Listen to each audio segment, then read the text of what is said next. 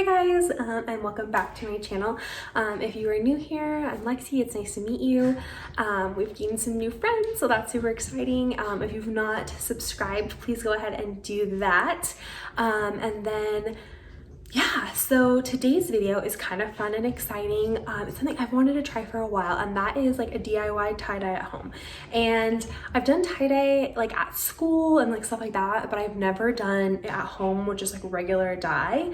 I didn't get like a kit or anything. But yeah, so I'm gonna go ahead and be doing that. So if you are interested in learning how to dye at home with some really inexpensive dye, then go ahead and just keep watching. Okay, so for this little DIY, you don't need a lot, which is super interesting to me because I like easy crafts that are fun, cute, and fast and effective and cost efficient. So that is all of those. So I picked up this fabric dye from Hobby Lobby, and it was $3.49, and it's ultra rich even coverage, and I just did gray because I wanted something kind of neutral. I've also heard really good things about the RIT dye. I've never personally used it, but there's a teal that if this goes well, I might make some stuff out of. But yeah, so I'm just gonna be doing gray, and this was like I said, $3.49, and you can use your 40% off on it if it's the only thing you're buying, so that's even cheaper. And then you just need whatever you're gonna tie-dye. So I just went ahead and picked up just this little white t-shirt for Gracie. I'm gonna do Mama and Me shirts, and I got it in a 2T. She's mostly in 18 months, but I figure it's okay if it's a little big. It'll grow with her, especially if it's something that I worked hard on. So I did this one for her, and then just a simple, just like white t-shirt for myself. And if they look weird, it's because they're damp, which they need to be for this task. And what I did was I just washed them, no fabric softener, just regular detergent, and then just pulled them out of the washer and didn't dry them. But you could just rinse them under the water or just put them under some water, whatever. I feel like either way it would be fine. So what I'm going to do now is make like a swirl and rubber band them, and then get our dye set up, and we'll be ready to tie-dye. Okay, so I have tie-dyed like at school and stuff, and so I do like kind of know how you want to, you know, do it. So you just want to lay it out, and then you just pick wherever you want the center of your spiral to be. So I'm just going to do literally like the middle, and you just start twirling it, and then just kind of follow your thing around.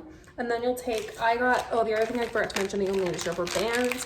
You could also use hair ties if you have like a few on hand. It's not going to ruin them. So I just picked up these for 99 cents or whatever. They were super inexpensive. And there's a ton of them. So if we love this DIY and want to keep doing it, that is an option. So then you just kind of want to do that. I feel like I probably could tighten that like one tighter. Maybe I should. I'm trying like not to make it a mess. And also I know that if you're doing more than one color, or if you're using bottles to dye, that like when you do your different places, that's like the different areas you would place your dye. But because we're just dip dyeing, I feel like it's not as big of an issue. So because we're just using one singular color, and like the opposite will just be the white of the shirt. So I think that's probably pretty good.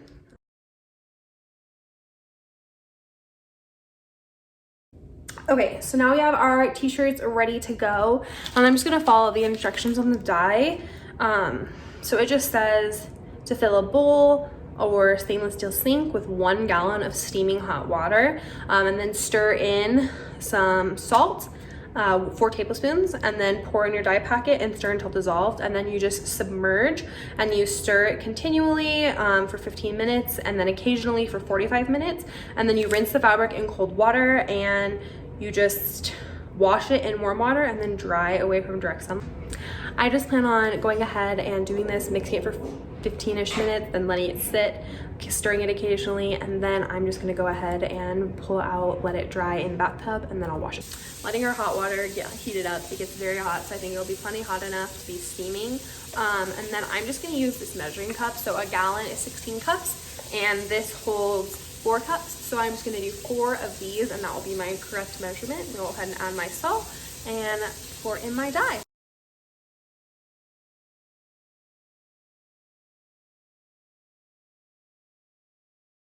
Okay, so this is what my dye looks like. It's very dark. I stirred until I couldn't feel any grittiness. So now I am ready to add our shirts in. I'm really just hoping it's gonna be deep enough to cover them. It seems like I am. Okay, we're pretty close. So I'm gonna go ahead and just add them in.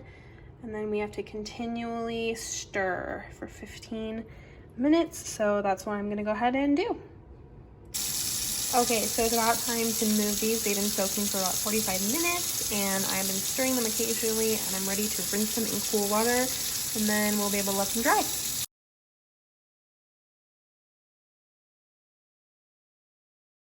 Okay, so you just pulled them out, and I rinsed them like you saw, and pulled them apart.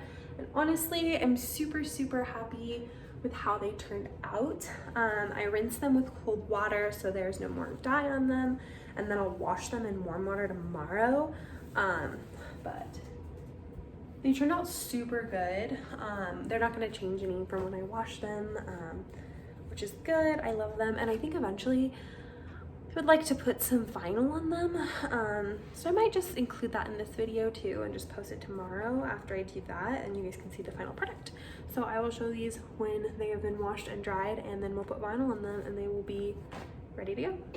Okay, so I'm covering up part of this because it's for something totally unrelated, but I went ahead and created these 2 cut files, and I'm gonna cut them out, and then I will heat transfer them onto our tie-dye.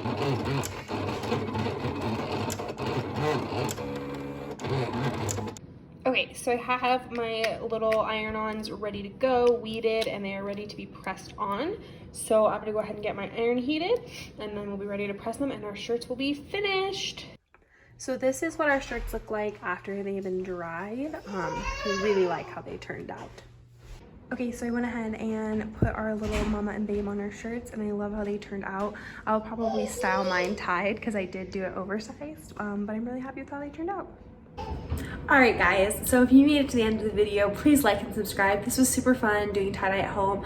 I think I would like to eventually try like the bottle tie-dye at home. I think that might be kind of a fun summer activity to do outside, so I might do that later on. I do have a couple fun DIYs coming up, so stay tuned for that. But yeah, thanks so much for watching, and I'll see you in the next one.